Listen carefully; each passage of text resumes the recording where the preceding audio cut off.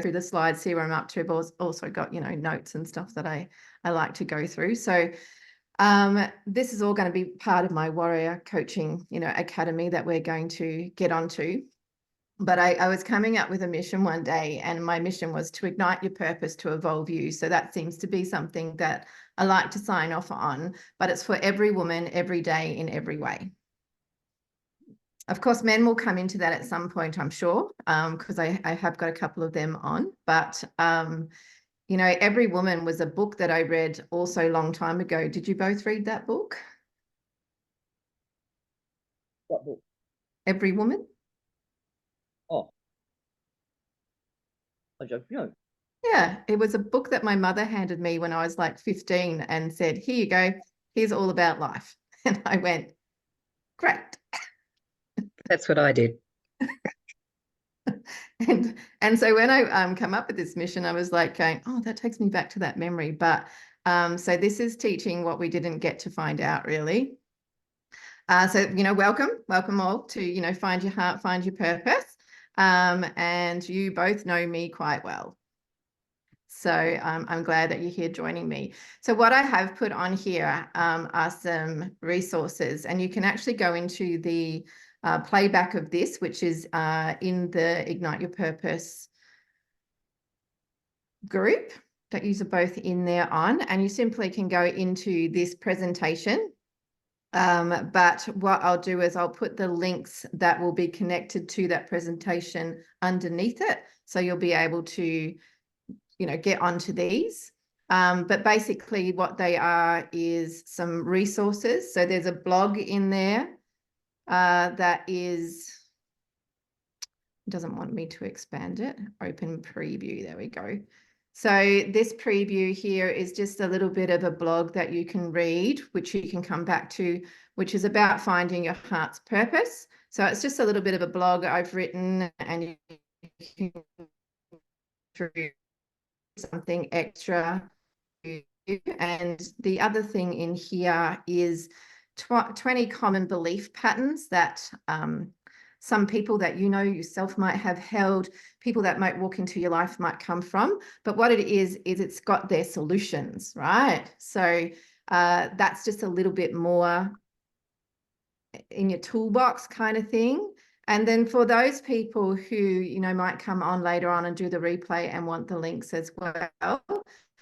But I know both of you have probably gone down the pathway of knowing and understanding, of course, what your love languages are. And it's always good to have them. So that's just a resource for people to come in and have a look at. And then I put down 2 of the books in there, which I find a little bit relevant to here. And what that is The Untethered Soul. Sharon, you disappeared on me, but that's okay. The Untethered Soul by Michael A. Singer. He's got quite a lot of books, but I read that book about 6 or 7 years ago, and it's a pretty in-depth book, but a really lovely book at the same time. And The Power of Now, which I think there are so many people who've got that in there, by Eckhart Tolle. It's just a good book to it's for people starting the journey, for people halfway through a journey, to remind ourselves about the journey. I find that a good book on that one as well. So Carol, I put you in here. So Carol is a lovely woman who does meditations, and she'll be doing meditations as well throughout our lifetime together and things that we might do together. But at the same time, Carol actually put this, sent this to me, gave this to me, and I've thought it's just to put it into a poetic message. It's a message from the angels, as in Carol does guided meditations and angelic messages. So I just wanted to read it and see how it sits with you. So just sit back and listen to it, absorb it. So sometimes you have to stop and take stock. Appreciate where you are, how you got here, who you met along the way, those you choose to carry in your heart. So all those who have passed, they remain in our memory and in our heart. So no matter the time, the distance apart, love has no beginning, no end. Leaving this plane doesn't mean that you can't return again. Love survives, gives solace to those left behind, a job to continue. Embrace and value the loved ones gone before. Give them strength, give them power. Their souls know love can save a life, save a soul. Give meaning and purpose to move forward. Find reward in embracing, accepting love from around and above. Gain strength to hold another heart, graceful for all given, open to all received. From those in our backyard, within the heart and soul's confines. The gardeners who came before claim our soul's power, support beyond life's vision, gratitude, peace, and love abound. Redefine yourself as loved, always, forever. Look up and feel the angelic presence. How does it feel to hear it back, Carol? Oh, it makes me teary. Doesn't it? It's a beautiful message, that, because I know that you gave it to me when life events were going on, but at the same time, I think it's a valid message for people everywhere. Sharon, it touched a string as well. Yeah. Yeah, very much. Connects you straight into that heart though, doesn't it? Yeah. And sitting with your hand on your heart too helps it too. It does. It helps it feed into the heart, feed into the soul as well. Yeah, it's a great one to mention if anyone wants to, you know, go back into that and hold their heart to do that. That is a beautiful gift to give to yourself as well. Thanks, Sharon. So moving past that, already got deep quite quickly, didn't we? I'm on the path of a spiritual discovery growth coach, you know, and in my wellness therapy business, I service over 1,000 clients over my 30-year lifetime doing it.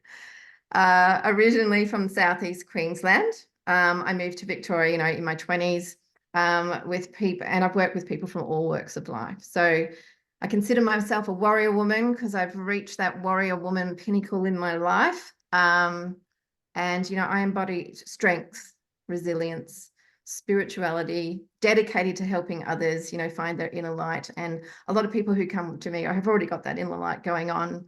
And, you know, as that spiritual self-discovery growth coach, I guide the individuals towards transformative journeys, you know, to unlock their potential through my programs. So having faced, you know, early life challenges in life, myself, discovering, you know, many of the sacred gifts along the way, I explored the healing modalities like the mentoring massage, root cause resolution therapy, and I've empowered women through, you know, belly dancing, drumming, fire twirling, fostering that confidence and that inner strength in women. Sharon, did you attend a few of those? And I think Carol has as well. Yes, I used to do the belly dance with you. It was good. Yeah. Very good. Yeah. And that movement somehow I'm going to bring back into my life, continuing on, however that evolves, we'll yet to find out. So, you know, I create content, what we're doing today, and the workshops, of course, and courses to inspire and uplift people. So believing in the profound connection between mind, body, and spirit always, I believe in the three. You know, the GIF, I've got a GIF spelling mistake in there. So if you'd like to join me on this path, which you're already doing today, you know, you can also join the group, but both of you are in there as well. But we can also get onto, people might want to come onto any of the programs that are there. And of course, you know, when we do these workshops as well, at the end, there's always to show you the course programs, but that's also for the people that might be watching it on replay as well. So what you'll need, we've already got, so I'm glad we did some housekeeping, but make sure you do have that pen and paper ready. And take a drink, have that sip of water. I always forget and I always need to do it. But find your heart, find your purpose. So we're going to charge on to listening and understanding. So what I'd like you to do is write 3 things of each on different pages. So on one page, write values. And then if you don't know any just yet, you can just do the headings. And then you can write passions on the next page, strengths on the next page, and desires on the next page. And so then go back to the first page, or you might be on desires, whatever page you want to pick. Just jot down what you think. Three values that you hold currently. What are 3 passions that you might be aspiring to, or 3 passions that you know you have and you operate from? What are 3 strengths that you know you have, and if you don't have them, you might be aspiring to gain them? And what are 3 desires that you'd like to aspire to or create or bring into your life now or in the future or into the very distant future?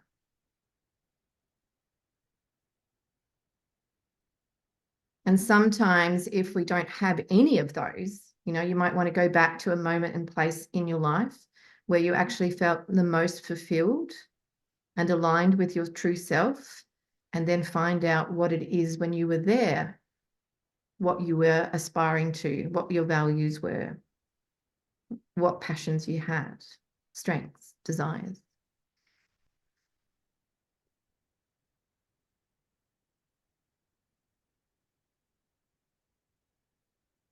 You are busily writing so wonderfully.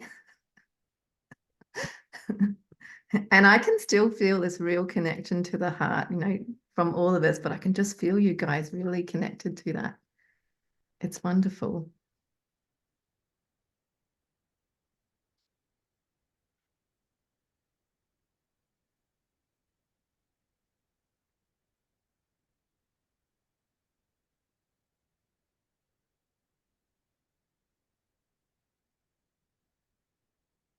Now, what I'd like you to do is, would any of you like to share?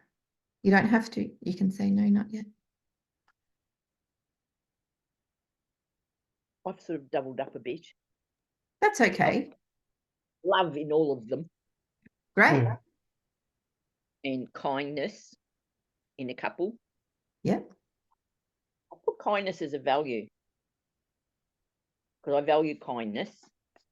I value giving and receiving. For passions, I've just got love, family, and friends. But for strengths, I've got love, unconditional kindness, intuition, and angelic connections for strengths. And for desires, I've got freedom and passionate connections. Beautiful. Sharon, did you want to share? Yes, I was just checking that I was unmuted. Sorry. No, I understand. I won't ask you to do too much talking. Yeah. So values, I've got honesty, courage, and adaptability. Because I found that, you know, my bed here, for instance, I used to like that before I went away. And then, and I used to take my pillow with me most places I went, because that was sort of like, I don't know, security blanket. But the thing is, it was right for my head, and Yeah. it made most beds really good. I couldn't take that because of the weight of Yeah. the thing. So I had to adapt to every different bed I slept in over the X amount of countries that I was in. And I've come home and this bed isn't right anymore, Yeah. which I find fascinating. This It's is uncomfortable. My pillow, I'm trying to find a pillow now that suits me is really hard. And I've got so many pillows in that room and it's so hard. So that might be another reason why I'm not sleeping very well. true. But yeah, so passion, I've only just done a couple. I haven't been as quick as Carol. I didn't do this before I came on. I should have looked at this. No. Natural living, Yep. freedom is a passion, Yep. because that's been taken away. Truth and honesty is what I like to hear from people. So Yep. that you know, I don't like people lying to me. Yeah. And an instance, my partner, I said to him, before you leave here to go back to Tasmania, mow the back lawn because it gets really long. and I'm gone for 6 weeks, so you need to do that before you go. I come home and he didn't mow it. I could see he didn't mow it because I'd left things on the lawn just to check. I love And, that. and anyway, I said to him yesterday actually, because I'd left it a few days, that lawn you didn't mow that lawn. Yes, I did. I mowed the lawn before I went. I said, no, you didn't. He goes, yes, I did. And I thought, I'm not going to fight about it right now. And I let the conversation go. And then I brought it up again. I said, you didn't mow the back lawn. And he goes, well, I reckon I did. And I said, no, you didn't, because, and I told him, I put things on the lawn that you would have shifted if you had mowed the lawn. And they were still in those positions, so I know you didn't mow it. And he goes, oh, well, I meant to. And I said, now there's the truth of it. That's right. Yeah, the truth. Yeah. You see, the people come up with this stuff, and it's not the truth. It's Story. because you've caught them on the hop. Yeah. Just be natural. Yeah, they don't know how to respond. No. That's what. Yeah. Strengths, I don't know what my strengths are. That's okay. My ability to travel on my own. I am able to do stuff alone. That's a great strength. I suppose it is a strength, isn't it? It is, because, there's actual in that strength to travel alone is confidence, courage, and being comfortable with your own space. Yeah, I am very comfortable in my own space. Yeah. Yeah, I had a couple of girls on the Spanish bus trip, and they said something about joining together, and they liked spending time with people. And I said, but you've got to be able to spend time on your own. Yeah. Oh yeah, but too much alone time is not good. And I said, maybe you need to work on that. And they go, no, we're fine. I thought, okay, just leave it. Don't go there. Yes, but what you did is you still planted a seed. Yes. So, and desires is travel and freedom, and I don't know what else. That's okay. That's all I wanted you to do was, try and put something down on paper, which is great, because we're going to go back to these pages, of course, as we go through today. So I haven't actually measured how long today's going, but I will be mindful of time. So I will make sure that hopefully it lasts the duration, basically. So what else is there to life? I know that we would have always asked these questions, and I know that Carol's asked this question not too long ago in her recent past. And you probably ask yourself, what else is there to my life that I can do while you're overseas as well?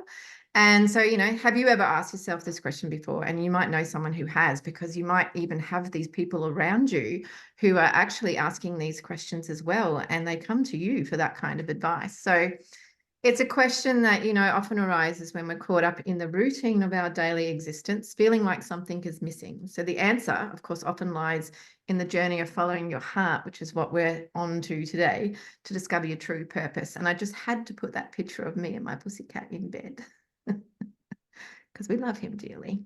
And he sits on my heart every night. So he's a little heart cat. Okay, so when we listen to our hearts, so we tap into our passions, our dreams, and of course we tap into these deepest desires. So this is when we, are living in that heart. It's about embracing what genuinely excites us and brings us joy. So every day, or it's pretty much every day, doing that practice of, what lights me up? What brings me joy? What can I do today that's going to bring me joy? And it's about connecting to that heart purpose to find that out and making that bigger. And the journey isn't always easy, and it can require significant, introspection and courage to do that. So it means stepping out of your comfort zone sometimes, because it's like, I'd really like to do that one, or what does bring me joy I know is this, but I've never gone and done that before. And it's sort of like getting out of that comfort zone to do it. If there's any fears around it, the fears is because you don't know. And then it's like, well, what if you did know? And sometimes you have to make tough decisions, which is, you no longer serve as a really good friend in my life anymore, and I need to let you go. So, that could be part of bringing joy into life, because they no longer bring that joy into your life. But, you know, it's through this process that we start to uncover our true purpose. So what I want you to do is, on another page, list what brings you joy. Just a few things. Just go, what does bring me joy? And on another page, just go, what brings me joy? So, you know, that could be going overseas. That could be seeing a friend. That could be catching up with family. But what are some things that light up your life and bring you joy at the moment? There could be no joy happening in your life. Oh, it just wants to keep going back. So finding a purpose is more than just, you know, achieving personal satisfaction. It's about feeling that deeper connection to life itself, but feeling that deep connection all the time.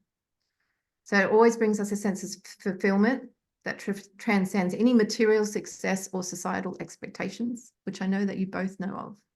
So when you align your actions with your heart's desires, you begin to live more authentically and meaningfully. And I know that both of you have done this in your lives. So what brings you joy? So you've listed a few things that bring you joy. It doesn't have to be heaps, but whatever's coming, just write it down. And if you get another thought or another value or another strength that comes in, just write them down as we go along as well. And then in that joy page at the same time, is there any passions that you've left unexplored? Or have you done all the passions that you've always aspired to do? Or is there something that you've been passionate about but you haven't done yet? You know, one of mine is to travel overseas to Spain. So that's definitely a passion. It's one thing I want to do, but I feel really passionate about it because it was something that my mum wanted to do with me. And because she passed on, she never got that chance to do that. So my passion is to actually do that with my daughter, just so that I can honor that. So I feel very passionate about doing that.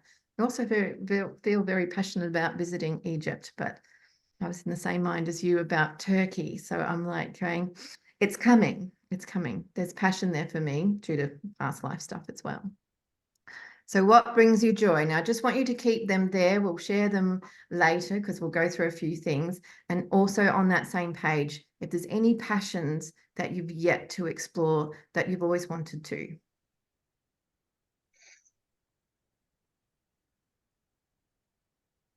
So this is just a summary. If you're thinking of anything, you know, write them down. But this is just about the divine love and the self-love. So we all know about divine love. You know, it's like a feeling of that cosmic hug. You know, that kind of love that's always about, you know, seeing the magic in everyone and feeling connected to something that's bigger than yourself. So it's about being super forgiving, crazy compassionate, and spreading good vibes wherever you go. And it's really great that, Sharon, you're traveling around and, you know, and you're spreading a seed of, you know, a spiritual message or something. And then people are like, no, I don't want that. But you're still planting the seed. Okay. So self-love is about giving yourself the biggest bear hug. So self-love is about, you know, treating yourself like your own best friend, which we all know about self-love, but we're putting it out there for, you know, everyone to be on the same page that you've got to take care of yourself.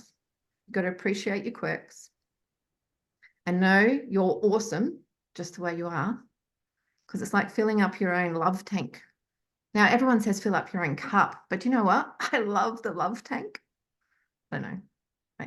You've been in the army, we talk about tanks, but I just love the love tank. So you can share that love with others too, because a tank is so much bigger. But it could be small, like a fish tank, or it could be a tank like a water tank.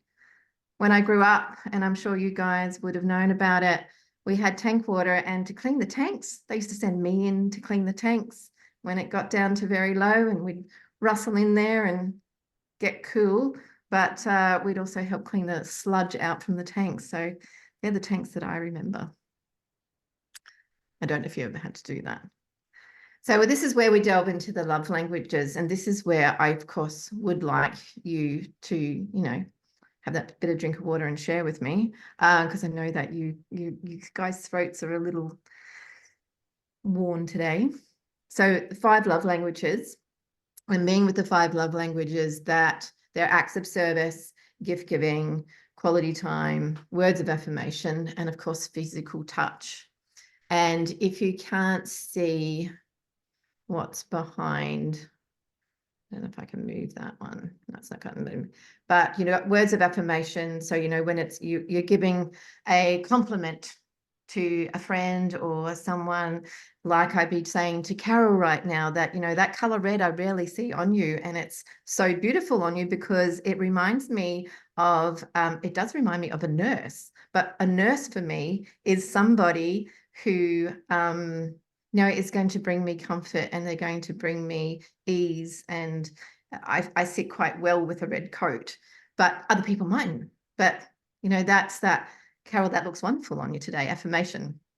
And so acts of service is something that I find women do a lot of anyway, but it's usually helping out wherever they can with tasks. So that is doing the washing, that is doing the cooking, that is taking someone's dog for a walk, that is taking your own dog for a walk, but doing an act of service for somebody, receiving or giving gifts. So this can be in a form of money, it can be in a form of something that you make, it can be in something that you buy, but receiving gifts and giving gifts is, of course, the gift giving.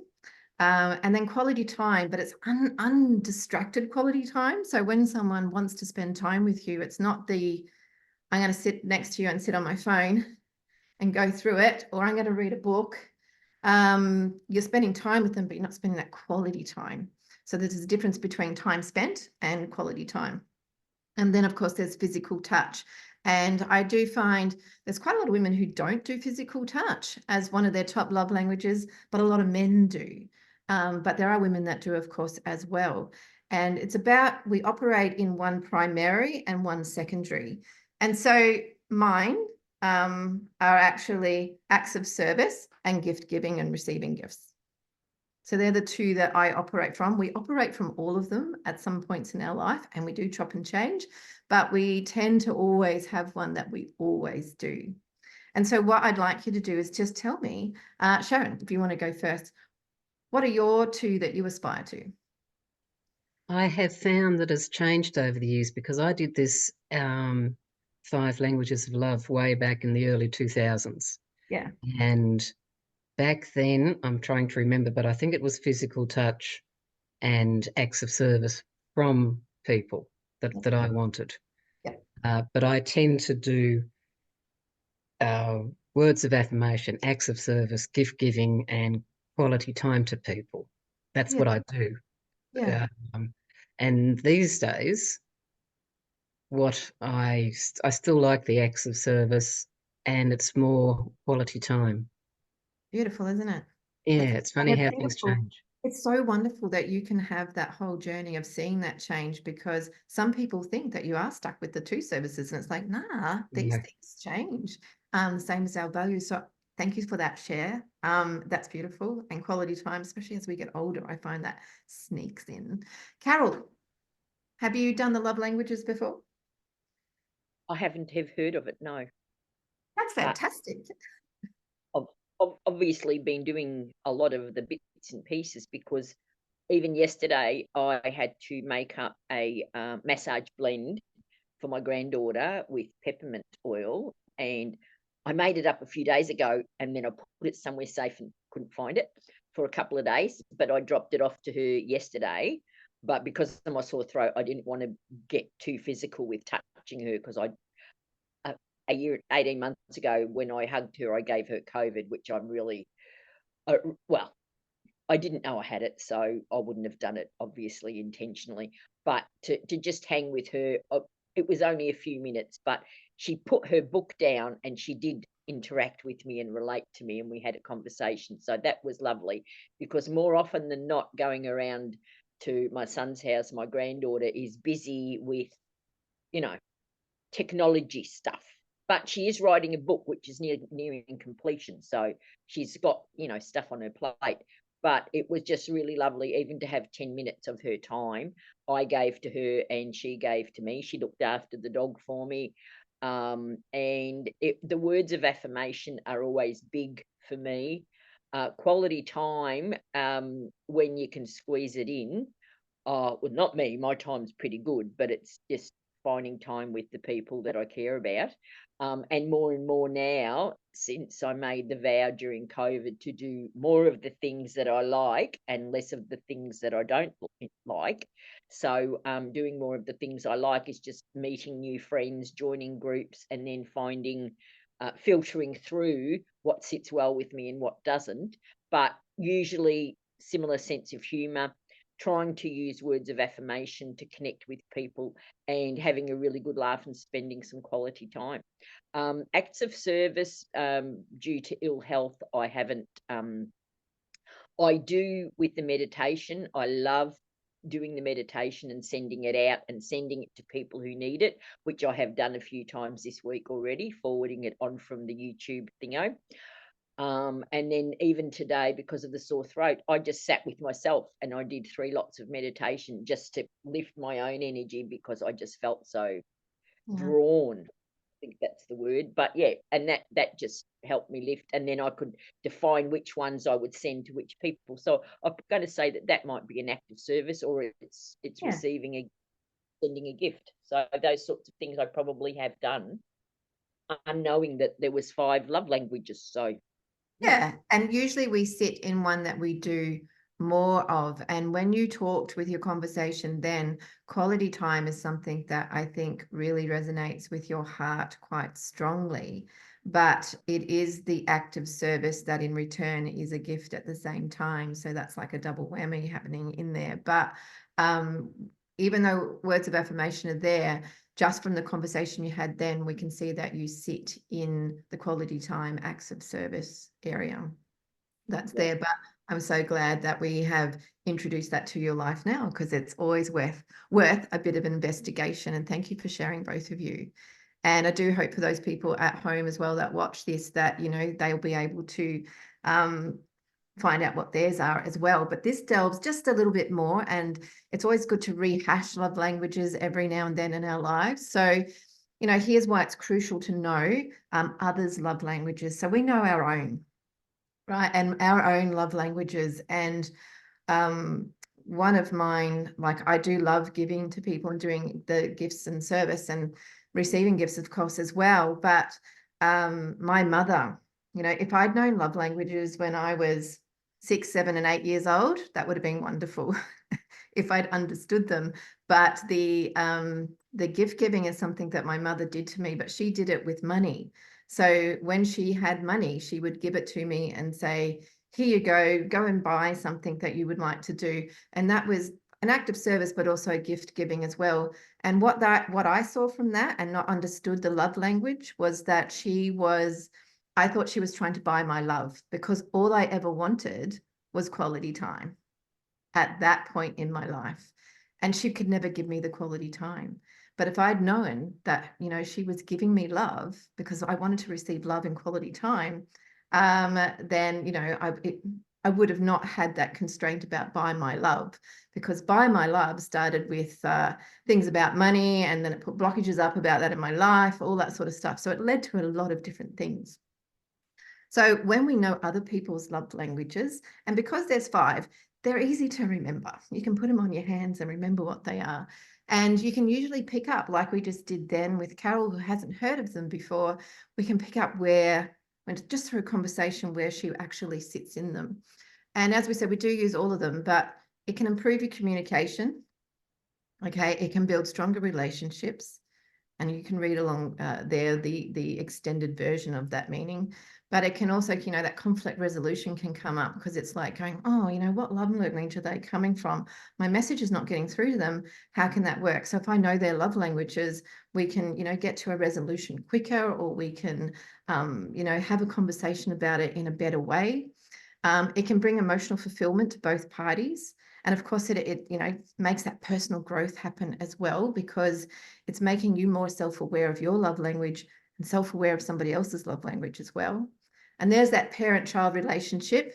So nurturing children, emotional well-being, you know, by making them feel secure and loved, which is why I brought that up about my mother, because it's like, if I'd known that, and if we can teach this to the children are going to be receptive to this, you know, from 4 or 5 years onwards. And I'm teaching my grandchildren that at the moment. And then, of course, if you're in a workplace, it can create a lot more harmony when you know love languages of everyone. And I find when you've got the love language there of, like when we look at men, for example, and their physicality is quite high. I would say 70% of men have got physical in their love language. And if you want to communicate to them, you've simply got to put your hand on their shoulder, put your knee next to them, and so you're connected physically. Then you have a conversation, because usually they don't listen to you otherwise. But having that and having a son, which Carol, we've had a son. I don't know if you ever did that with the, you know, being able to just hold their hand or hold them around there and say, mate, da da da da da, you know, because it sinks in more. So the next thing I wanted to move on to was core needs. So the 7 core human needs. You may or may not have known about these as well. So there are 7 of them, and we also usually need at least 5 to be feeling really aligned, happy, feeling like we're on the right track, making sure we're in our purpose and connecting with our heart. So those 7 core needs are certainty, you know, that stability, that security to have in your life where you're feeling stable and secure. And even though, Sharon, you went away overseas, you still had that stability and security going on while you were traveling, because you were there on your own doing that sort of stuff. So it's about certainty. So the journey that you're on over there, you were quite certain about where you were, and you had, with your strength and courage, doing that and feeling okay with doing all that. So variety is the next one. I really love using you as an example, Sharon, today, because it's going to be quite good. So variety, you know, needing the novelty for change, excitement, to avoid any kind of boredom that's coming in. So we usually like variety in our jobs. We like variety in when we travel. We like variety in different environments. For me, if I can't travel or go anywhere, I'll change my house around, I'll change my bedroom around, I'll change things in the garden, because I need to have variety. And I find that, you know, this job online gives me variety, but I also have the army, that's variety. But, you know, even my food needs to be variety. There's another one which is significance. So that's the need to feel important, unique, and valued. And I do think valued is the important thing there. Uniqueness is about also being seen and heard, but it's important to feel, you know, so that's significance. And I know, Carol, we've also done some things together on that significance of you know, being someone is in there, can be significant. Being a mother can be significant. Being even a pet owner, you know, the significance of being in somebody else's life. But you being a part of that is significance. And then you've got connection, which is usually the need for love, belonging. It can be intimacy, or it can just be with others. It doesn't have to be intimacy with others, but it's about that sense of belonging more than anything. So it is having that connection. And sometimes if we don't have that connection in our lives, we can, you know, with physical people, we can get that connection through doing something like this. And it is where, yeah, go Sharon. Intimacy, I'd like you to explain, is more than just touch. It's being able to bare your soul to somebody and feel comfortable doing so and safe. Say that again, Sharon. It's about being able to bare your soul to somebody and feel safe in doing so. Yeah. That's intimacy. Yes, that is intimacy. Thank you. Thank you for that expansion. I love how you guys come in and add more. It's so great. So going back to connection, thank you for that. And the growth. So growth means that it's more like personal development, finding out more about the self. That could be just reading a book, and you gain from the book. I know even watching a movie, I'll get the message in the movie. So all of that is parts of personal development. It doesn't have to be doing a course. It doesn't have to be doing a self-help book. There's always a message or somewhere that's going to give you growth. But learning is something that we like to do. Travel gives you learning. You know, even our grandchildren, when they're doing something, they give us that learning. It's like, oh, you know, they inspire you to do that self-development, but also gaining that self-improvement. The next one is contribution, which is, you know, the need to give back. That's the of service. That is the helping others, making a positive impact in the world. But it's not making a positive impact in the world, but making a positive impact in your world, which in turn, we already know makes a positive impact in the world anyway.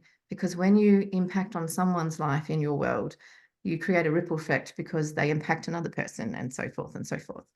And then the last one is spirituality. So the need for a sense of purpose, meaning, connection, something greater than oneself. So being connected to something, whether it's universe, whether it's God, whether it's spirituality, whatever it is for you. But these are the core needs. And so, you know, if we are in a relationship, some of these things might be missing. If we're on a pathway, some of these things might be missing. But when we're on our true pathway, usually we've got all these ticked off. And when we're not feeling happy with ourselves, or we're feeling empty in part of our direction, usually there's one of these missing, or a couple or more. Now, does any one of you have anything to share about that? I'm happy opening the floor. No, I think you've done it pretty well. I just wanted to do the intimacy thing because I love that. people Very get confused with that sometimes and think it's only physical touch, which it's not. No. And to find that person that you can be bare your soul, Yep, and feel safe doing so is a rare thing. it is a rare thing. Yeah. And I, you know, in future courses, if you don't mind, I would like to put bare your soul intimacy with safety in there, because I think then, you know, that is showing the true word of intimacy. So I love that. Thank you. Carol, you're all good? Intimacy is the thing that I do with very few people, because I don't feel the safe part of it. But you are one of those people, as is some of good friends that I've had for like 20, 30, 50 years. That there's only a small handful of people that I feel safe being intimate with. I mean, I can talk, what do you call it? Jibber jabber with anybody, but I don't tell the true intimate self to very many people. So I just don't have a connection with them, so I don't do the sharing bit. And they don't need to either. Yeah. And so what are your core values? So we talked about core needs, and we talked about values earlier when we were, you know, at the very, very beginning. So, you know, core values are the foundational principles that shape your growth journey. So and part of your personal evolution. So these core values, so you wrote down some values at the beginning, and we wrote them on a separate page. So you can sort of go back to that page of values, and you wrote down some already, but we've had a little bit of a chance to look at a few different other things. And it's like, is there any other values that you think you can add to that page? Because these core values are where you come from within your core. So they serve as your internal GPS. And Carol, when you were sharing yours earlier, you went on with the, you know, I've got a bit of love and I've got kindness in quite a few of the things that we wrote down at the beginning. Well, that would show that kindness is at that core value, that love is at that core value. And I think both of you also had that freedom that was in there too. And so freedom is at that core value. So when we wrote down those things at the beginning, and they might be in a few of them, usually that's because it's our core. So guiding you, they guide you through life's choices and challenges, ensuring you stay true to yourself and your aspirations. So it's like a little bit of a measure. So embrace your core values, of course, is like continuous learning, self-reflection, resilience, mindfulness. They're all things that I, you know, hold in my core values. They empower you to reach your full potential.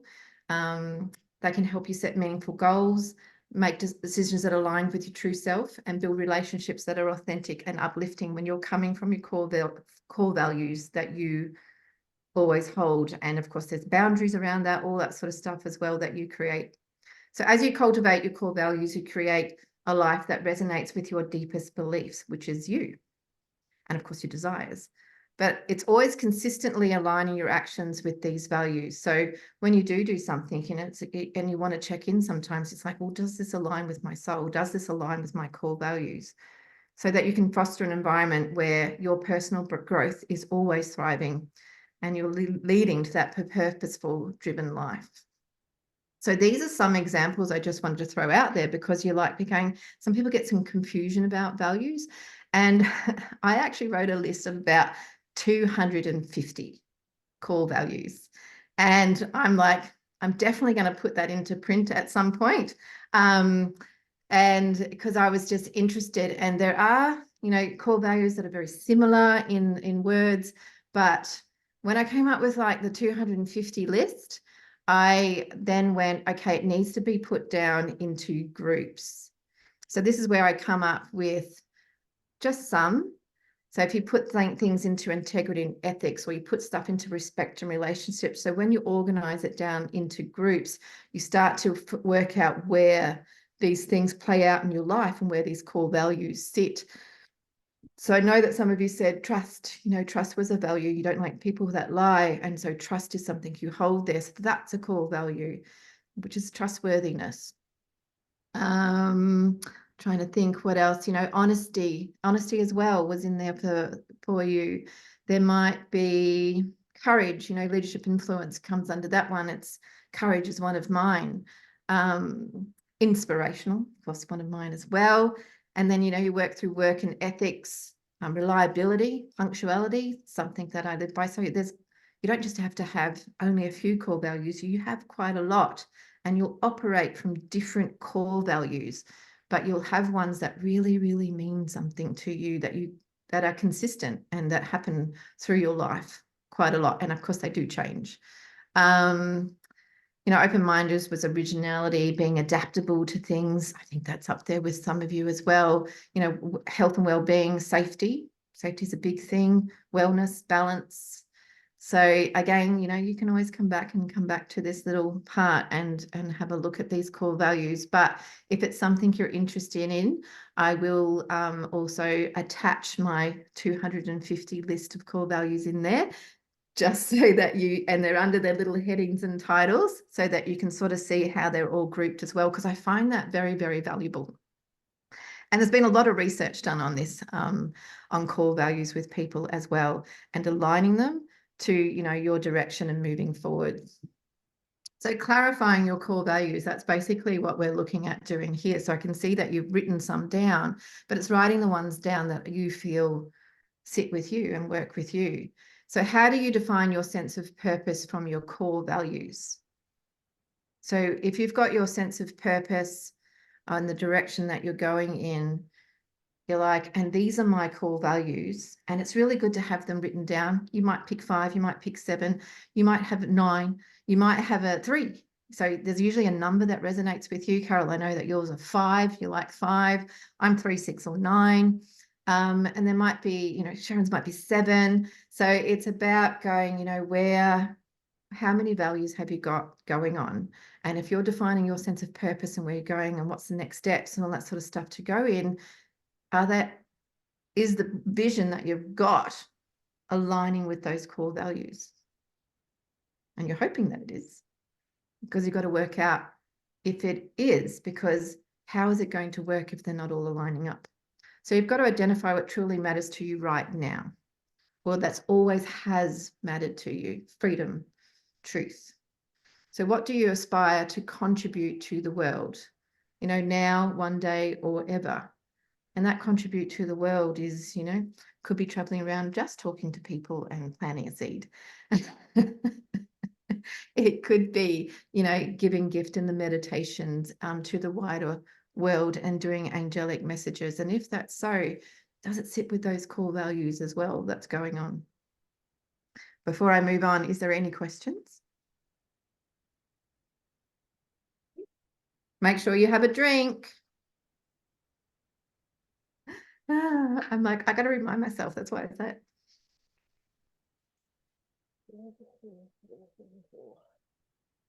So self-exploration and discovery.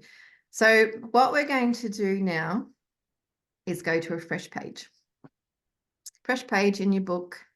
Because basically what we're doing on this workshop today is starting pages, right? We're starting pages with information, but we're not going to finish those pages of information because that's for you to do a little bit later. So, you know, whatever happens or you've got on today, you might go away and do, but tonight you might come back to this, or over the weekend you might come back to it and just rehash over it and write some more stuff down. But it starts to build a little bit of a story, a little bit of evaluation. And that's what we're looking for.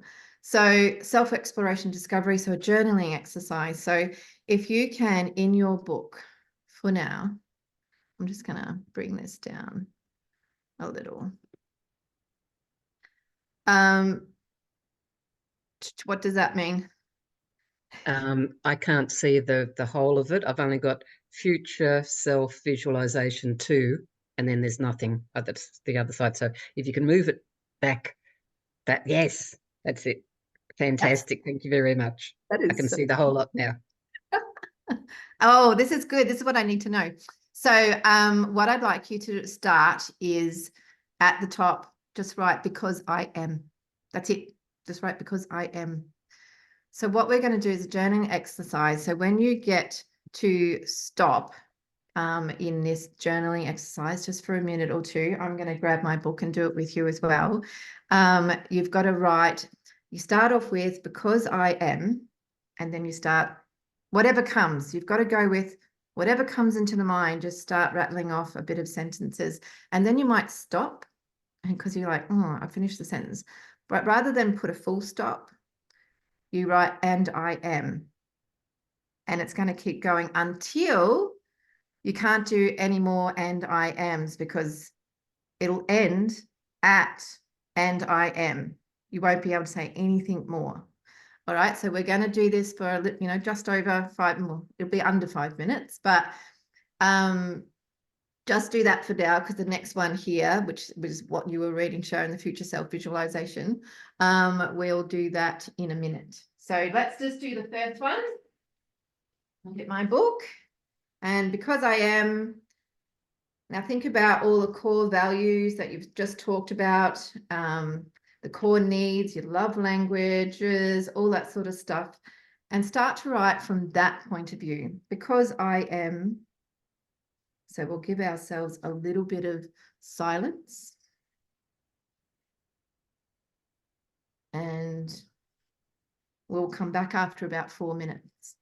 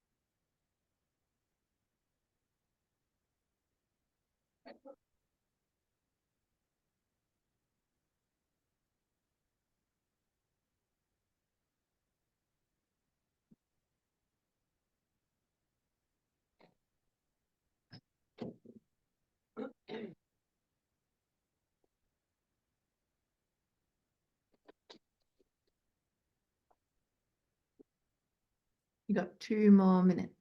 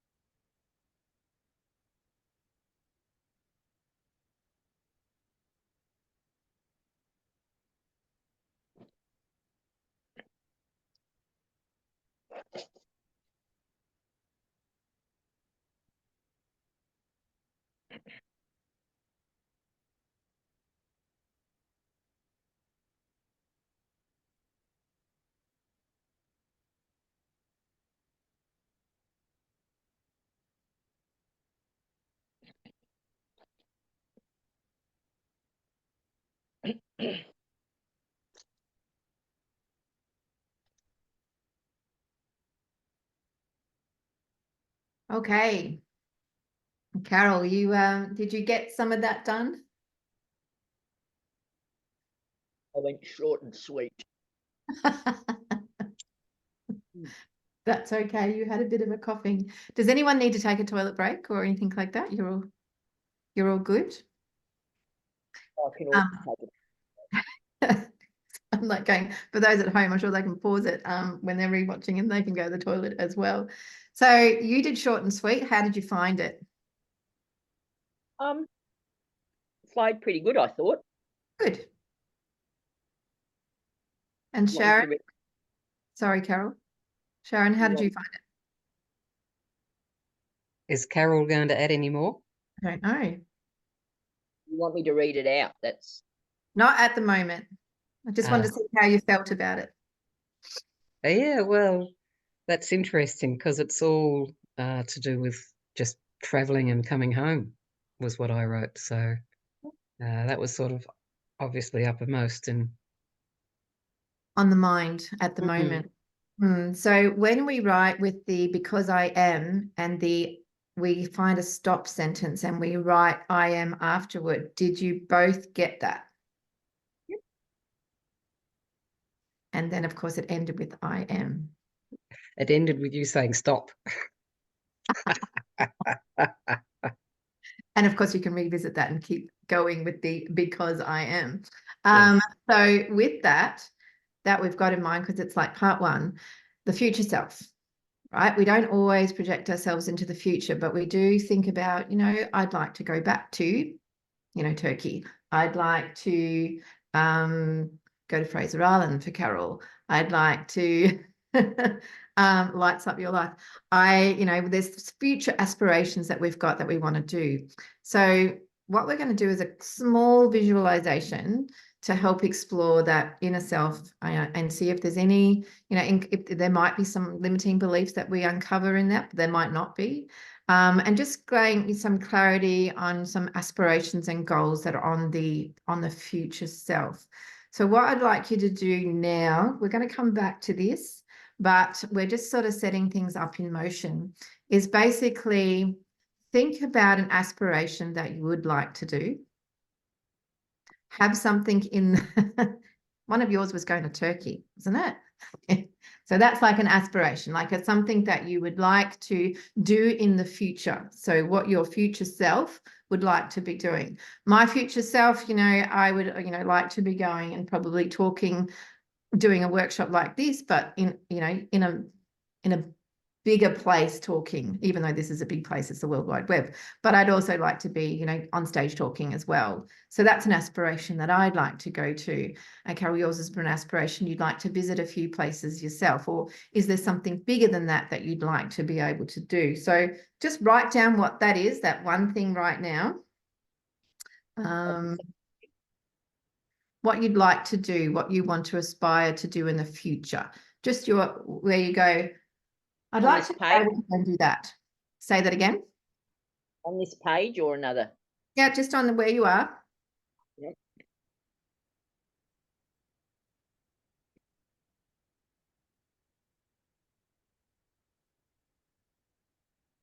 It's a short and sweet one as well.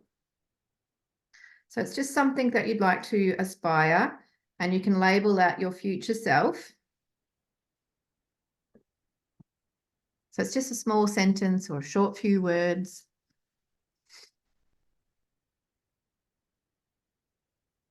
And so what I'd like you to do is just sort of sit there in a comfortable position where you are and close your eyes just for a short period of time. Think of what you just wrote down. Now, that aspiration that you're wanting to do. And I want you to be able to project yourself of who you are today, but I'd like you to project that into that future aspiration. Whatever it is, wherever it is, however it is, just go there. And I'd like you to get a vision of it. Like I'd like you to be able to see what it looks like. So project yourself in there and have a look at your future self. So you are there as your person right now, but you're looking at what your future self is doing. Where is she? What is she doing? What is she wearing? Where is she going? Who is she with? What does she look like she feels like? Does she look like she's happy? Does she look like she's lost? Does she look like, have a look and see if you can feel what she's feeling. See if you can feel the energy of what she's feeling. Where is she? What is she wearing? What colors has she got on? Who's she got around her? Has she changed? Is she going through a change? What I'd like you to do is come back to where you are now. And I'd just like you to write down a few things about what you saw. What was she wearing? What was she doing? Who was she with? And how was she feeling? Or anything else that you noticed that she was doing.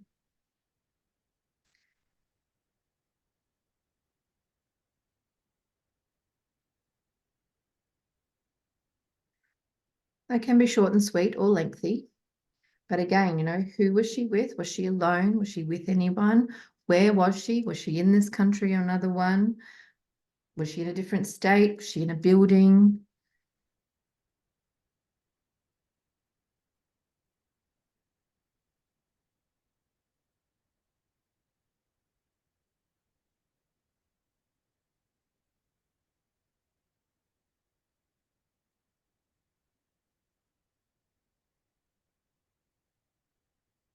And, did you pick on any feelings?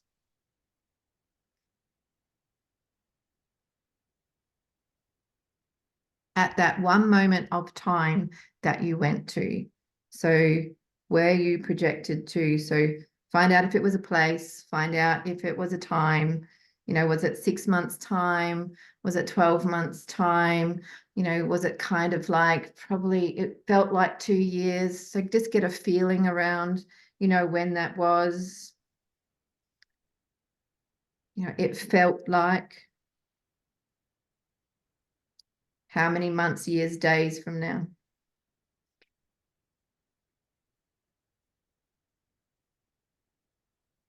Now, if any of you would like to share that future self, you don't have to. But in a nutshell, you could give us a summary. Sharon, would you like to? Well, the first thought that came to me was England, which I was a bit surprised. Yeah. And I thought, oh, okay. And I said, okay, what else is there? And the sun was shining, and I was just going, oh, I love this. So I was really enjoying that. I was at an ancient site. The sun was shining, the people were around, and I was happy. So for the sun to be shining, it would usually be summer, wouldn't it? Yes. Yeah. And did a time frame come at all? Not until you asked, and then it was like 12 months, maybe 8 months. I don't know. Yeah, but that was what you felt that came up. Yeah. And it's so good that you felt the happiness there as well. And England, yeah, it's interesting what comes up. Carol, did you? Love Yes, it. sorry, go Sharon. You love Yes, I've been to England before, but it's been like 9 years. And I was tossing up if I could just throw another week onto my tour and just fly over there and have a bit of time there, but I didn't. I thought I'd sort of been away long enough doing stuff, so I came home. I love that you've shared that. I'm going to talk to you about that soon. Carol. I like to visit my sister, her grave, have a conversation and attribute gratitude for her life. So I see myself wearing a coat, even though it was summer. I'm still wearing a coat because I'm from Queensland. I was wearing a red coat with a tartan scarf. I was 72. Wow. I was happy. I was warm. I had my arms linked with somebody special. I couldn't see them, but they were taller than me, but then that's not really hard anyway. I was glowing, healthy, fit, and happy.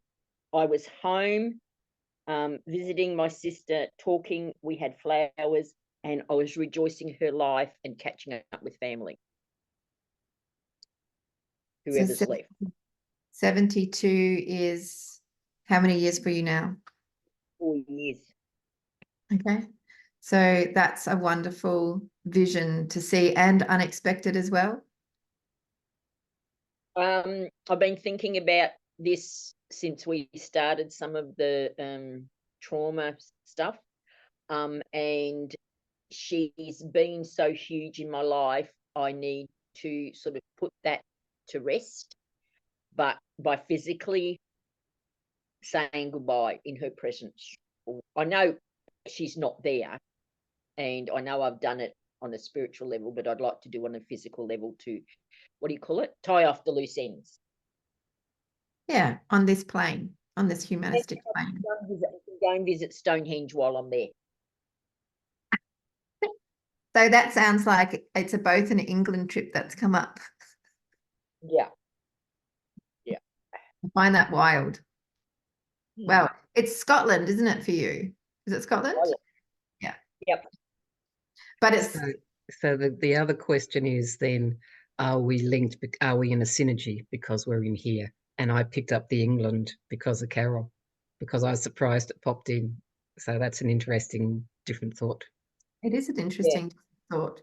And at the same time, because you also were going to add it to your trip that didn't, you know, there's that connection that's going on as well. So yes, I did actually think that too, Sharon. So I was like, I wonder if we're picking up on other energies going on here.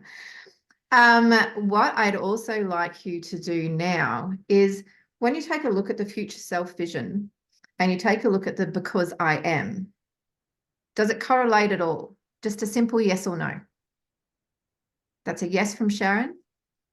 Carol, do they link up at all? I'm just having to read what I wrote.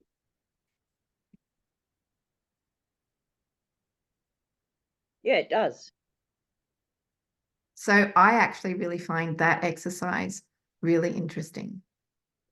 Because what I'd like you to do with this, because we don't have time to do it in a workshop like this, because I need a 6-hour workshop with a break to do all the stuff that I want to do. So it's about bringing some little shifts and some little changes.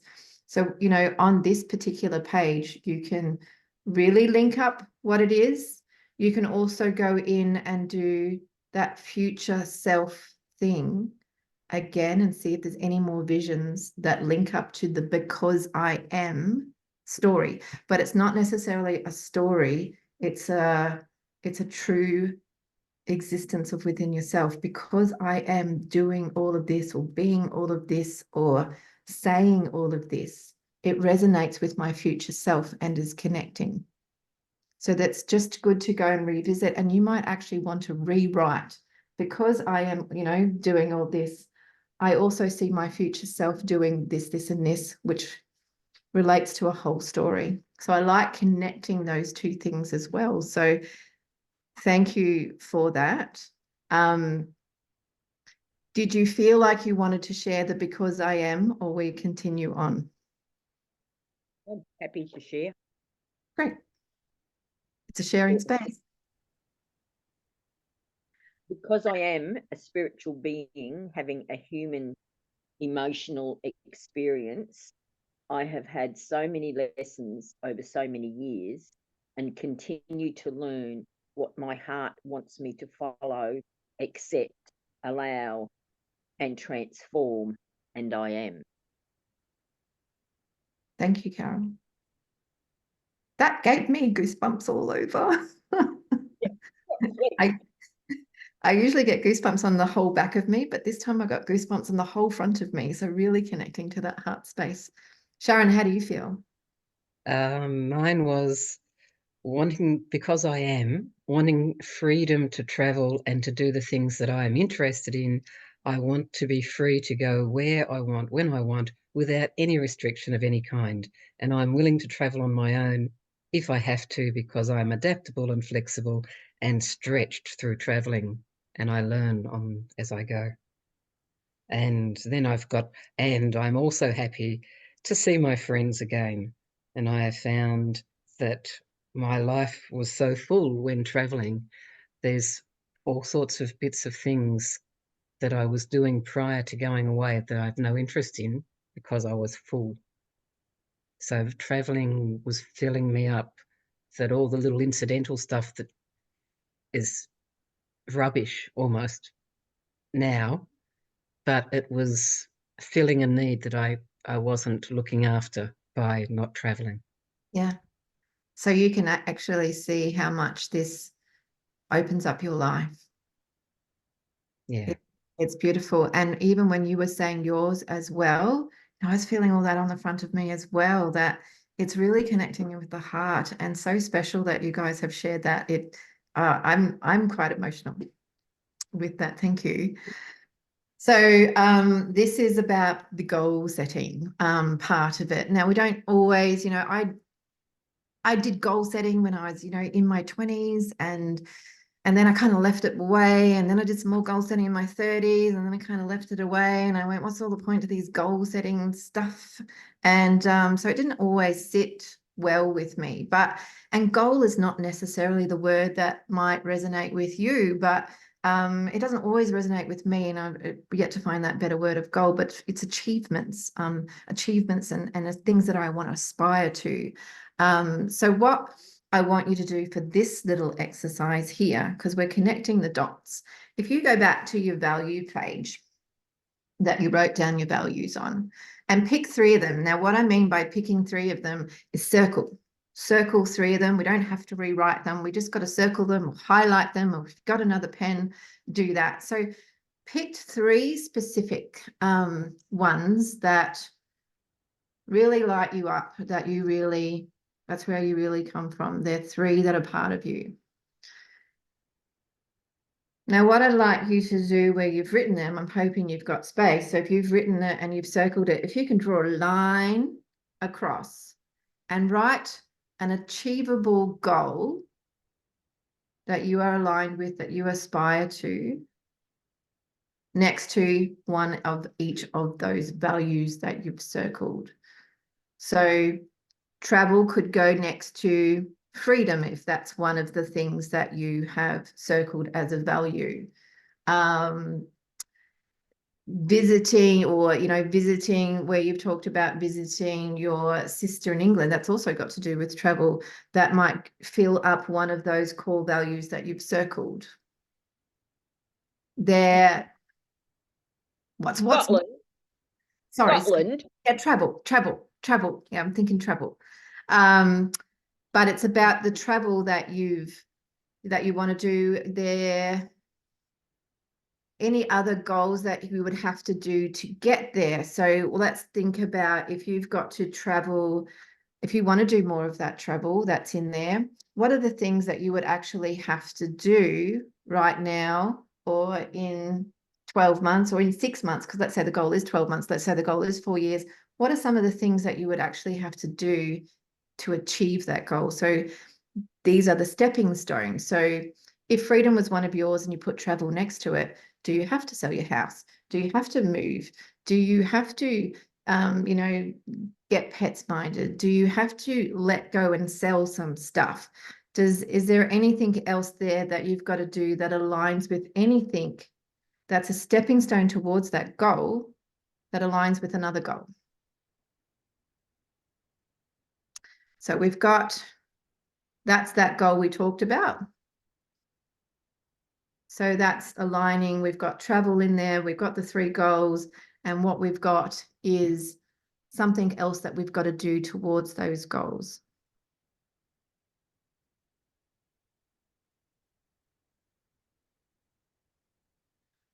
So I'm sure you've got more than a few more values. So if you want to, we've picked just 3 so that you can have a look at that.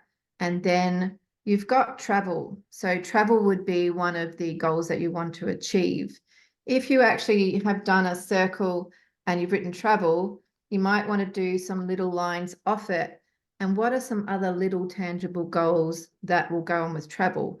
What are some little tangible goals that might be to, move house? What are the other underlying goals that you would have to do to achieve that? Do you need to get X amount of money to be able to do something? Do you need to you know, redo your passport? Do you need to get a visa? You know, what are some of those steps that you would need to do that are actually on all of those goals that are aligning to your values? Now, because we circled 3 different values, are there any other values in there that link up to some of those goals as well? And what I want you to do is put a square or a rectangle around those rather than a circle. So is there any other values that you can go, you know what, that value, that links up to travel, that value there links up to that other goal? Just so then basically you would have at least 6 circled.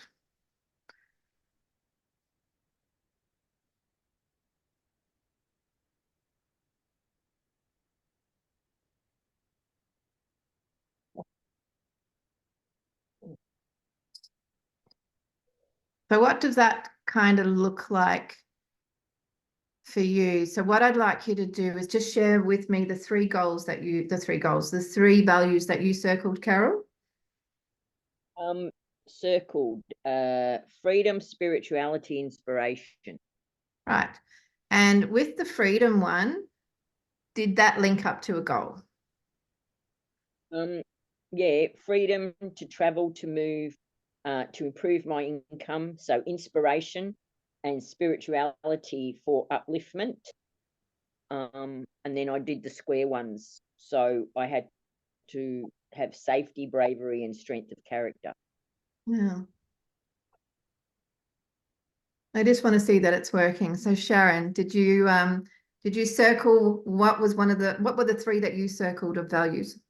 Okay, so I did honesty, freedom, and inspiration. Oh, love that. And And so, of course, saving money to travel, having to let go and sell stuff, that's sorting my stuff out. yep. Because to be able to travel, it would be good to, there's a whole lot of stuff that probably needs to be shifted so that I can let go in peace. Yep. And travel. Redo the passport. Yes, I need to redo that. Yeah. And then, do you want the square ones now, or do they come afterwards? Square ones now, well, that sort of tolerance, empathy, fairness, reliability, got it out that time, trust, wisdom, adaptability, and courage. Because you have to, like you said, you have to have courage to actually travel on your own. Yeah. And look how many of those values are sitting in with all those things. And I'm just mind blown by, you know, how they can actually help with your direction, with the next steps forward. And with the goals that you've got that are sitting there for both of you, you know, you can dissect them down even more. So if travel is a goal, it's like, all right, and we saw our future self doing something 4 years, 12 months. It's about then making a list all the way down, because what you've got is an end in mind of the future self. And if that's an important thing for you to do right now, that to aspire to help bring fulfillment into your life, then it's worth going for. But it's about all those baby steps that you've got to do. And, you know, minimalizing, being a minimalist for a lot of things too. I think we both of you have got to be, you know, probably getting rid of some stuff that we no longer need in our lives. Carol, I think you have a few televisions and HR things to get rid of. But beautiful. So we're going to hop on to the next thing, because I'm like going, well, we're probably going to run out of time, but we should get there. So I think we're doing okay. We're into the green, and the green is on the home run, sort of like we're getting doing our last 400 meters, because I was a runner once. So accountability and support. So do you have someone who can act as your accountability partner?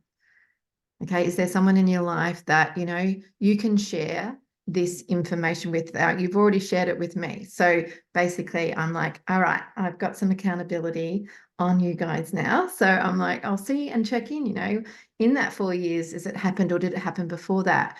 And in that 12 months, Sharon, I'm going to watch your page. I'm hoping you post.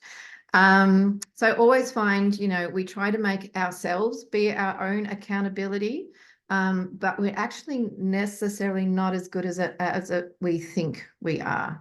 So when we have someone else that knows about it and you talk about it to other people who encourage you on that direction, it makes it, you know, they're holding that accountability and support for you to actually reach that as well as yourself, because sometimes it can be hard to hold that all yourself. So, you know, I'd love you to send in your goals. You know, when I post this up in the chat, you might write it right in there, you know, goal 12 months to travel to XYZ, or 4 years to get to here to, you know, say goodbye to my sister, because writing it down somewhere, and even in a public spot, even though the Ignite Your Purpose group is a safe space, you can write it in there attached to that. And I'll mark it in my diary as well, because you've all shared with me now. So I've got that going. So thank you. So let's delve into, you know, solving a problem that you might have identified. And what will be different is when your problem is solved. So we're working into the solution. So because we're quite spiritual people and stuff, usually we're solution finders more than we are problem people. And so I find that we are always, I'm just going to move this over a bit for Sharon and see if it helps. I can't really move it up heaps.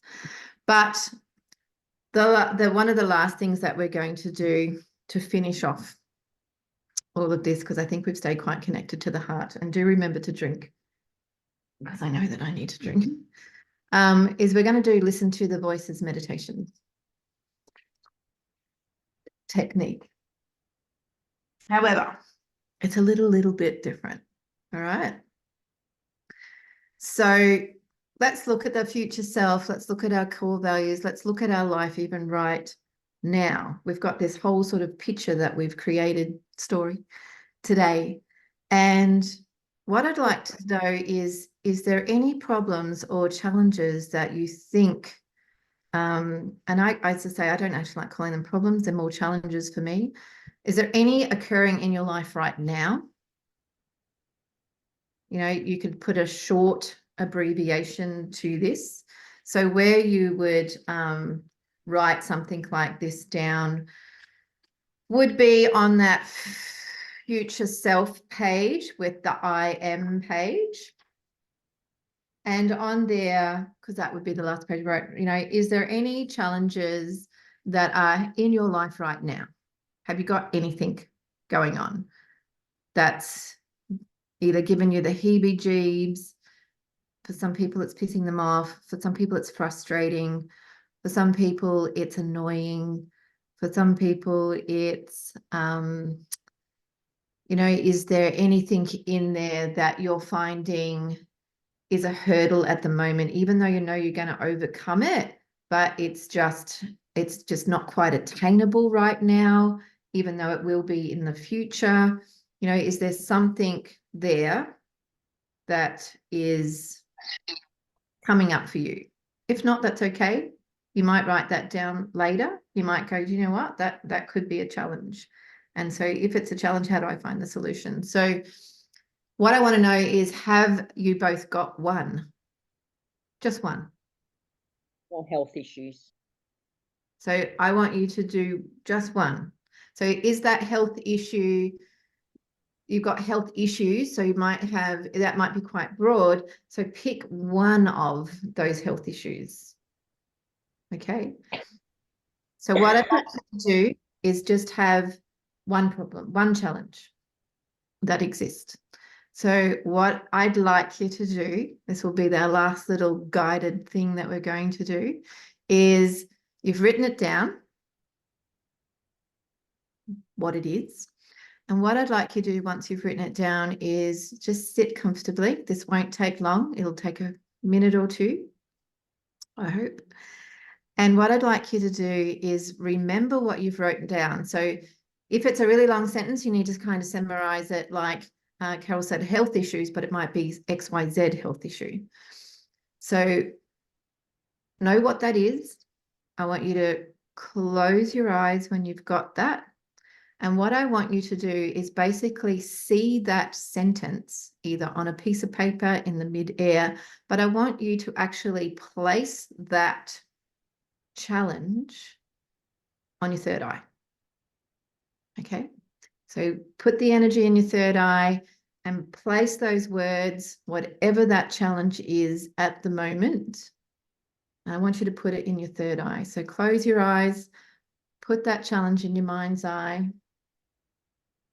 And it could also just be something that's on paper or just words in the air. But I want you to know and place it there so you've got the energy and you're focused on it there. So what I'd like you to do is in this, we're actually going to be feeling and seeing that challenge. It's sitting in that mind's eye. And what I want you to do through this exercise is you're going to sort of hold it in your third eye, but then you're going to come back and write something down. And then you're going to go back to the third eye, and then you're going to come and write things down. And what I'd like you to do is write down the first things that come. Don't worry about what's coming, but I'd just like you to write down. So hold that challenge that's happening in that third eye. And then I just want you to ask the source, is there any solutions to this challenge that I haven't thought about? Is there any solutions that I need to know more about? It might be a universe that you're talking to, source, spirit, whatever it is, angel. Just ask, is there anything else that I need to know about this challenge? And say what the challenge is, and just write down every time something comes. So you might hear a voice, you might see another word, you might hear a sound or a song. You also might get a feeling of hot or cold. You might see a picture, and you could feel an emotion. So it's using all of that and just writing it down, going back into that third eye space and then writing it down.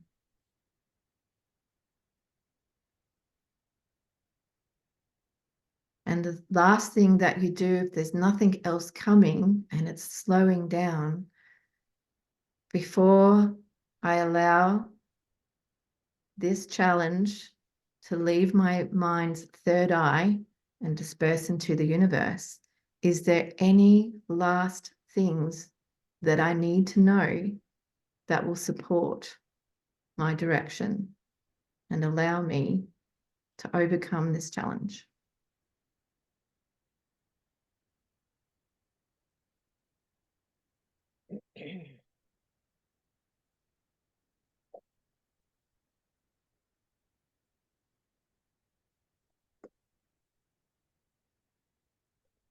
Oh.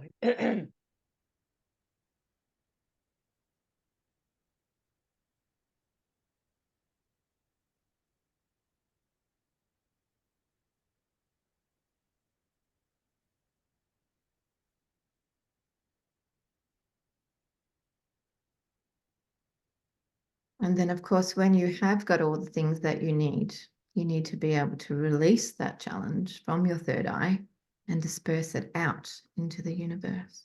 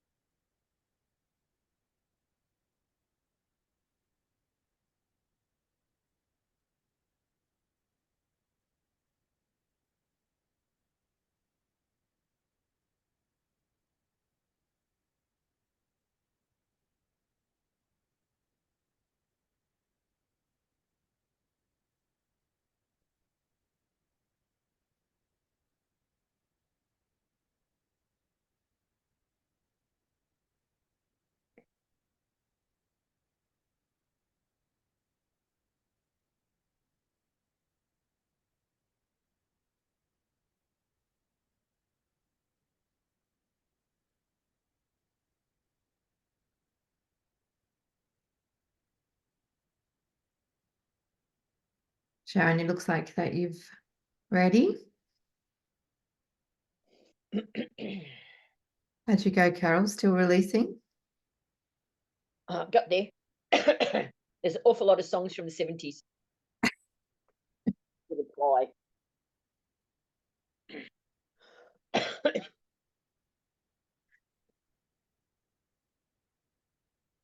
So we don't have too long to go, but did you find that that the answers came, that the solutions came, that messages came through? Did that happen? Yes. Definitely. Yeah. Good. And did any of it surprise you? No. That's great. I'm great that you weren't surprised. However, did you release it into the universe? Checking in that you've. Yeah, I still need to work on that a bit more. It still feels there's a bit of heaviness there because it was quite heavy and it gave me a headache. Yeah. So I can still feel there's remnants there that I need to go and do something about afterwards. Good. Yeah.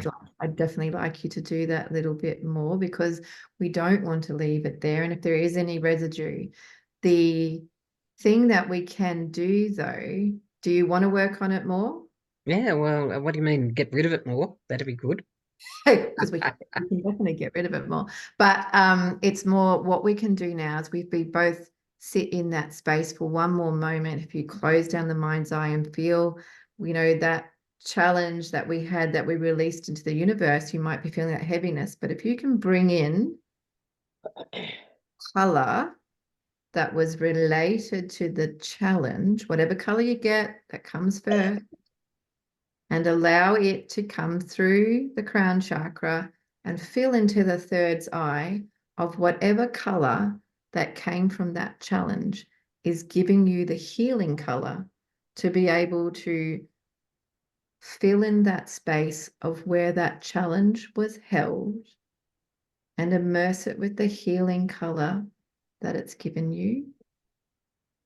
And allow it to immerse not only in that space where you held it in your third eye, but allow it to encompass the whole head.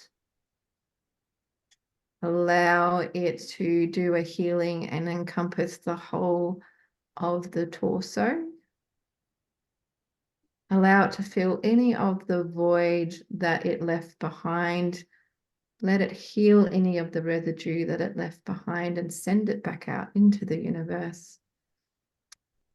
But healing all of the body in that color. Allow that color to emanate all around the body and allow it to fill the room that you're in. And then allow that healing to still continue as you open your eyes. Allow the healing to take as long as it needs to do with that color. But as you come to and back into the room and open your eyes, can you share with me the color that you got, Sharon? It was actually gold to start with, followed by rainbow. Oh, I love rainbow. So, and gold can be heavy, so you have to be careful using gold, that you always ask for the vibration of gold, not the heaviness of gold. Yeah. And so I was very careful about that. So, and I thought, oh, and rainbow to finish. So that's sort of the gold flush and then the rainbow to finish. Yeah. The way to go. It is because it's also filling all the chakra spaces as well. Mm. Carol, what color did you get? Peridot. Crystal. And put it onto the heart chakra. Then moved on to some aqua and some amethyst. So had all three going up and down.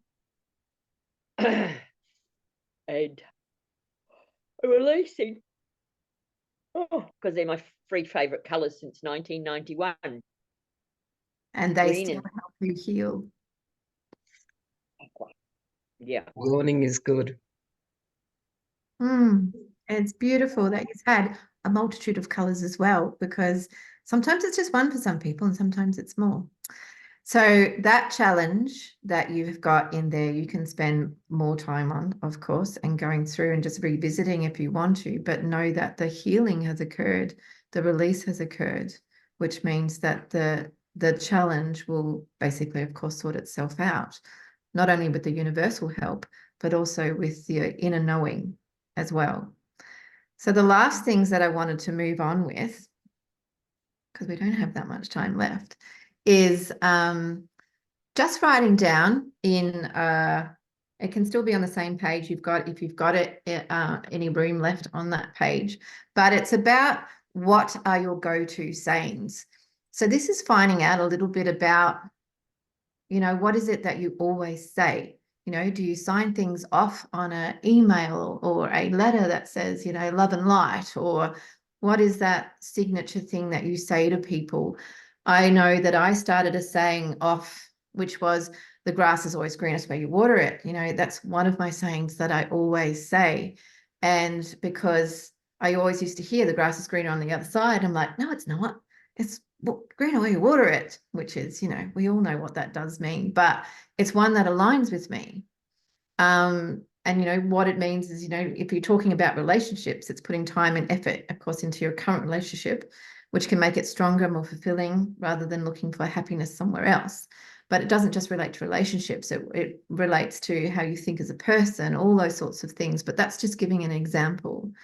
So it's the sum of everything that makes it happen is another one of my sayings, because I believe not only in the holistic approach, but also, when we're healing ourselves, we have a holistic and medical, because they are all some type of healing, and it's about having all of it to make it happen. And sometimes we need the medical and sometimes we need just the holistic, but sometimes we need both of that. So it's the sum of everything that makes it happen: the spiritual aspect, the alternative aspect, the medical aspect. It's having all of it. So that's one of my sayings. And I'm definitely a person who says things like, I love the sound of that. I know how that feels. I see how that sounds.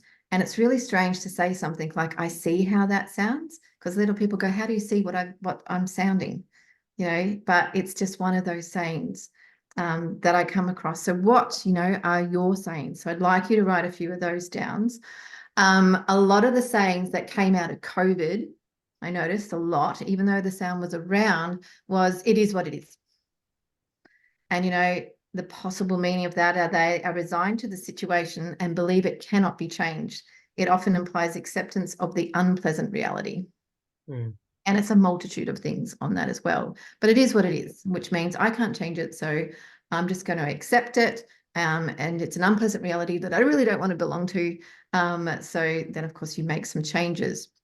I hear you is something that other people might say. So they acknowledge your point, but it doesn't necessarily mean that they agree with you or will take any action on what you've said. So when a person might say, I hear you, it's how they say it as well. Or a person could say, I hear you, I get what you're saying. Or another person will say, I hear you, and they move on. So another one is, I'm just tired. Now we could probably say, I've used this before. The person might be feeling overwhelmed, stressed, or upset about something, but doesn't want to go into detail. So they just go, how are you feeling? Oh, I'm tired. So they don't actually express what they're doing. And the one thing that I do love doing on that note is when you go to the checkout and they're like, how are you doing today? You go, actually, I'm not feeling that well. And they go, oh, that's great. And they're just on robot. And I'm like, so it's great that I'm not feeling that well. I love testing them. I can see Sharon's like, yeah, I get you. I know what you're doing. So what is it that are some of your sayings? Sharon, if you'd like to go first, what is something that you say? And this too will pass. I love that. Because it was something that got me through when times were hard. Yeah, and this too will pass. And you've got that memory and connection too. Thank you. Carol, have you got one that you can share? Well, I didn't write it down, but when you said that before, I thought of a very good Scottish saying. People ask you how you are, and you say, "No so bad, not too bad." And I thought, well, it's just so Scottish. But what I wrote down was, what doesn't kill you makes you stronger. The wolf you feed is the one that grows. And the one I say quite regularly, people say, what do you know? And I say, I know everything, but have forgotten heaps of it. So we can take that one with us, can't we? I know everything, but I have forgotten heaps of it. Is that what it was? yeah, but if I really wanted to think about it, I could remember lots and lots of things, because intuition and all the messages come through and I can fill in gaps for myself and people. But, you know, most of the days it's not important and you don't really need to follow through. It's just, you know, a bit of fun. It is a bit of fun, but it's really nice to know, you know, some of the sayings that you resonate with, because they can be quite empowering to you. But at the same time, it's also good to know what other people's are. And that's why, you know, having information about when they say it and its possible other meaning, or meaning, is like, what are they actually really saying? Are they really hearing you, or that I hear you just to brush you off? So it's good to understand those kind of patterning as well. So it's about recognizing what your sayings are, aligning yourself, you know, with your core values, with your heart as well. You know, do those sayings actually align with you? Because sometimes we have these sayings and we say them our whole life because that's who we are, but they no longer align with our values. So I definitely still do the grass is greenest where you water it. But when I first started saying that was because I was in a relationship or had relationship problems. But since I moved through that, I still say the grass is greener where you water it, but it has a lot more meaning about self-development and where I sit in the world, and you know how I do my life. It doesn't necessarily relate to relationships anymore. So it's about how you relate to what you always say, and making sure that you let go of the ones that don't align with you anymore, because you don't need to have them anymore. Yeah. So we're not going to really get to cover on this next bit too much, but it's about just being aware. You know, if we all have limiting beliefs of some sort, or we've had them in our past at some point that we've had to move through. And every now and then they can still rise up in us when we want to find that purpose, find that heart, do our true purpose in life, because we're going past the unknown. We are going through challenges. We are moving through fears. We're going past our comfort zone to expand our comfort zone. And sometimes these limiting beliefs will come up in that process. So the only reason I wanted to touch on them is if when you're doing this exercise later on over the weekend, you might want to just, if they come up, just list them. And a lot of us do sit in the I'm not good enough, you know. A lot of us will say things like, I don't have enough time to do that right now, but when are you going to have time? Or, you know, some people might come up with successes for other people, not me. You know, traveling's for other people, not me, could be one of those limiting beliefs as well. And it could have been something that, Sharon, that you might have kind of done before you went travelling for the first time. I haven't even travelled overseas yet, but I don't use that as my limiting belief. But just list them if they're coming up, because it's about acknowledging them and not dismissing them. And if you do have some limiting beliefs about, you know, things that are coming up, which is why we had one of those challenges, that challenge that you had, was it related to a limiting belief at all? That challenge that we release into the universe, can it relate to, you know, I'm not good enough, or I'm too old to do that, is another limiting belief, which we're never too old to do anything unless we physically are too old that we can't move our bodies anymore to do that. So we like to write in, so I'm not good enough, or I don't have enough time. So believing there's not enough time can prevent people from starting new projects or dedicating time to personal growth. So it's working out what that limiting belief is doing to it, but putting a counter argument to it. Well, what if you could actually make enough time in your life and be able to you know, gain more personal growth in your life and dedicate to working towards that project. So just turning that limiting belief story around. And it's always good to investigate, you know, where it came from, that limiting belief. Why is it popping up for me now? You know, where did I feel this limiting belief before in my life? Was there anyone else that even said that to you? Like, you know, you're not good enough. Was there someone that said that to you? Or how did you become to even believe in that belief system that's going on? And is it your belief? Because sometimes we can take on our mother's beliefs. Sometimes we can take on our sister's beliefs. Sometimes we can take on our children's belief. But you've got to even work out if it's even your belief. Of course, are these things that we, you know, go on and work through. But that's something to, if it pops up, just to acknowledge is where I was going with that one. So on the last slides. And on societal belief too. Yeah. Sometimes there's society pressure that makes you Yes. go, ah. Now, there's a great thing that's come up about that societal, but I'll probably have to do it in another session. But it's been a real interesting thing about how society, you know, they say you've got to grow up, get married, have children, buy a house, live your life, work hard, 9 to 5, all that sort of stuff is one of those societal stories. But since learning how much these words are actually spells, because we asked, you know, how do you spell that word? And that when society says that they're basically writing down a spell for us to believe in, and working out that we don't have to actually be put underneath a spell from society or anyone, and that we can actually write our own spells, which is what we've been doing all day today. So that's practicing self-compassion. It's just reminding you to, you know, treat yourself with kindness. You know, what if that's your core value? Treat yourself with kindness and understanding, acceptance, especially if there's any difficulty in times of suffering, because going on a journey and doing some of the things that you might have wrote down today, there may be some difficulty with that because there can be grief in letting go.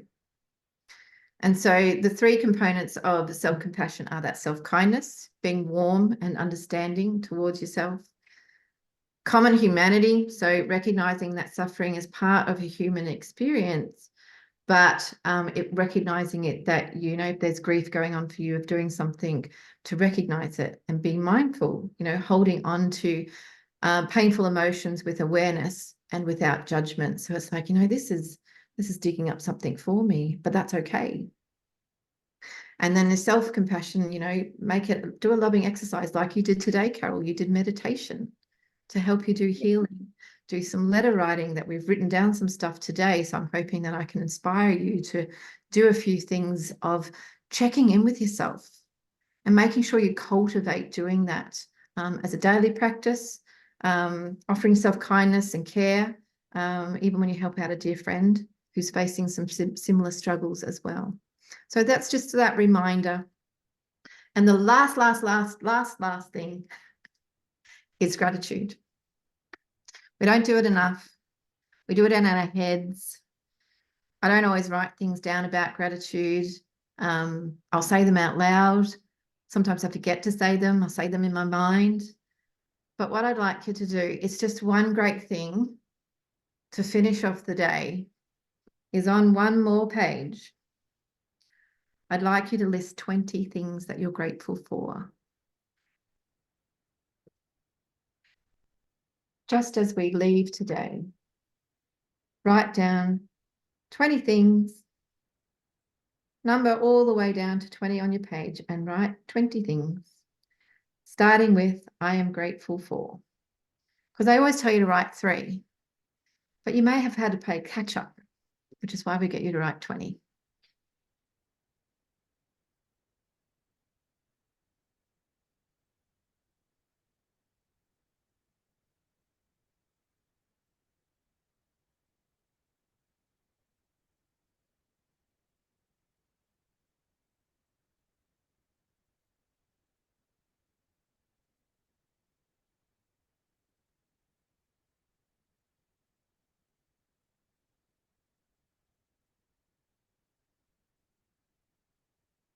Usually you can write a good 10, It's the next 10 that can be a struggle.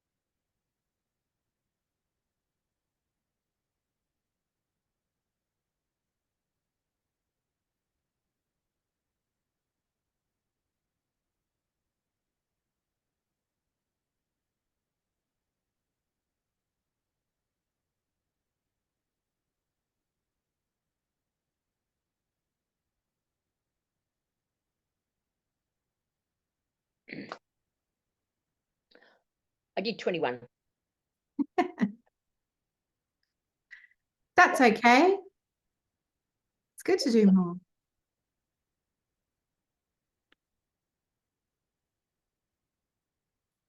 So to end this with, and I know, Sharon, you're still writing, what we're going to do is I'd like you to share 3. So we're not going to share all 20, but just share 3. So the first 3 that you look at, or the first 3, it can be from anywhere in that 20 or 21. But Carol, if you'd like to share 3. The ability to learn anything that I want. So say, I am grateful for at the beginning of that. I am grateful for the ability to learn anything I want. 2 more. I am grateful for my family being nearby, and I am grateful for having a loving brother and sister. Beautiful. Thank you, Sharon. And the same thing, you can hold your hand on your heart as you're grateful for this as well. So 3. I am grateful for nature. You know, that's the trees, the plants, all that. Yeah. And I found that when I was away, I would go to a tree and put my hand on it and say, thank you for growing here. Yeah. Yeah.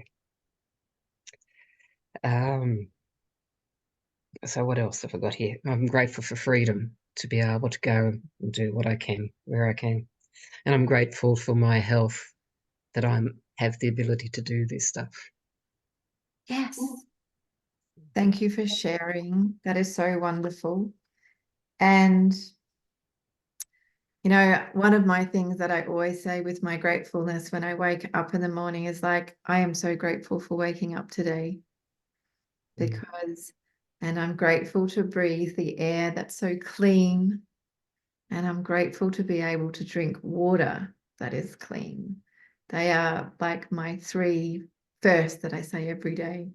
To myself rather than write it down. But on that end note, you know, I don't know if you know about Brené Brown, but from inspirations from her, she's a renowned researcher, which I follow as well. But embrace your vulnerability, cultivate empathy wherever you go, and of course, live authentically. So what I want to know is we're going to wrap up our session there. And I just want to know how you both feel and moving forward, you know, any steps that you might take from today. So Sharon, if you'd like to go first. Darn, being the first one. Oh dear. No, this was good. It's about bringing stuff from the back of the brain back into the front of the brain again for me. You know, like Carol said, I know a lot, but I forgot a lot. So it's bringing it back. You know, it's back here somewhere. It's just got to bring it back to the front and go, oh yeah, that's right. Yeah. So good. Thank you very much. What else was the question? Well, that's totally fine. And so what we've brought up there is something that's come up for you as focus. Yes, focus is always an issue for me. Yeah. And so, and I just want to know that it's helped you a little bit further along on your pathway today. I hope so. That's the plan. And it is, it's great. And of course you can revisit, you know, over the weekend, just cashing over what we've already got. And I do want to thank you from the bottom of my heart, you know, coming into the space today. It's a little different, but it's a wonderful way that we can now do things. Yes. So, Thank and you. Carol, how do you feel about our workshop today? I think, yeah, pulling stuff from the back of your mind to the front. So one of the things that I don't usually say, but obviously I will from now on, is what you focus on, you empower. And I've always known that, but because of ill health, I have probably not done that. But underneath, I've always believed there is something out there that can improve the situation. And you are doing an amazing job to help pull. I imagine it might be a bit like pulling teeth, as I worked in the dentist for a long time. And I've had a lot of teeth pulled, I can tell you. But it's sometimes the ego is so stubborn to hold on to the old and not make way for the new. And we've only, you know, what is it? You only live once, unless you're in an episode of Doctor Who, but we're not, and we only live once, and we're here to enjoy it. So that's what we've got to make the best of what we've got, and we can always find a way through research and information, and you are the queen of finding research and information to help us step forward to be our authentic self. That's the word I was looking for. So I feel much better today at the end of this than I did at the beginning, for sure. That's wonderful. Thank you for your share. Well, you lovely, lovely ladies, I am not going to take up any more of your time, but of course you can revisit in this at any time. For a short time, I'll be in the Ignite Your Purpose. So I'll have it up there for a little while. And then, of course, this will actually go into the archives and be available. But what I'm going to do is make sure that I put those links down for you to visit those extra things, which will be on the replay of this underneath. I'll put those links that we can go to so you can have a bit of a peruse and read the Find Your Heart on Purpose story that I've put in there as well. So I want to thank you very, very much. And yeah, ponder over the afternoon and check in with that self regularly. But here's to, you know, igniting that purpose, but finding that heart while you're doing it as well. So ciao for now, ladies. You all have a good one. I'm going to stop that. And we're going to stop you down here. All right. Have a good Thank one. you. See ya. Thank you. Ciao for now.